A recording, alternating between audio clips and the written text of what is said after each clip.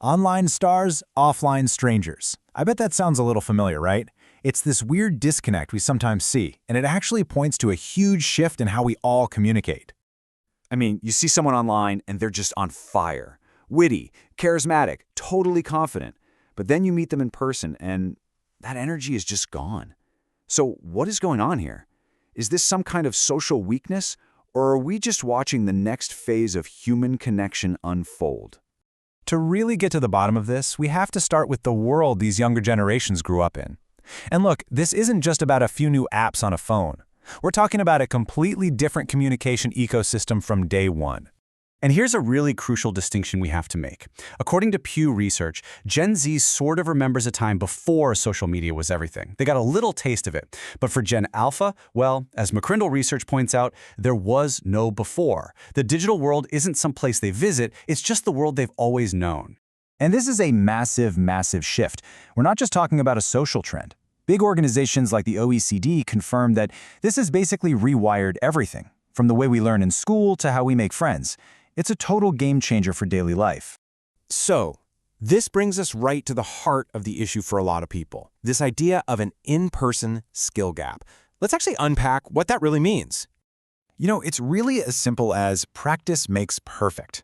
If most of your conversations are happening through a screen and a keyboard, you're just not getting as many practice hours in the, let's call it the gym of face-to-face interaction. This isn't about ability, really. It's all about experience. The American Psychological Association actually points to a few specific muscles that might get less of a workout.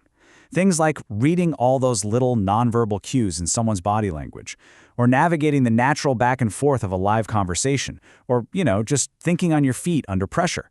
Those are all skills that just aren't flexed as much online. Okay, that makes a lot of sense.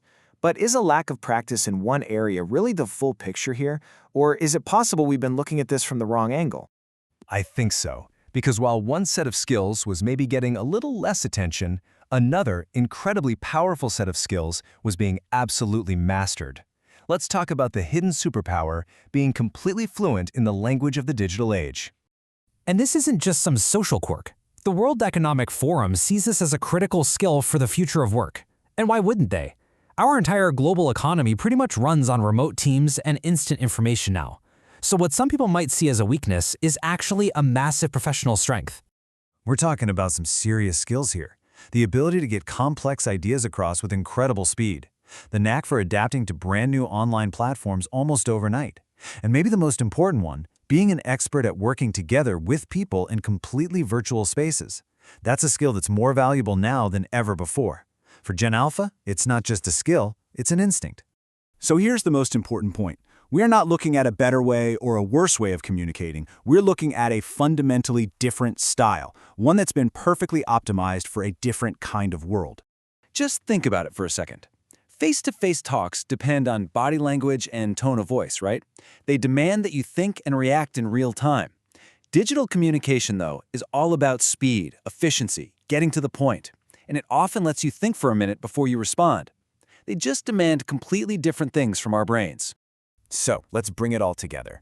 This isn't a deficiency. It's an adaptation. It's a communication style that has evolved to perfectly meet the needs of a world that runs on speed, convenience, and nonstop online connection. So, knowing all this, where do we go from here?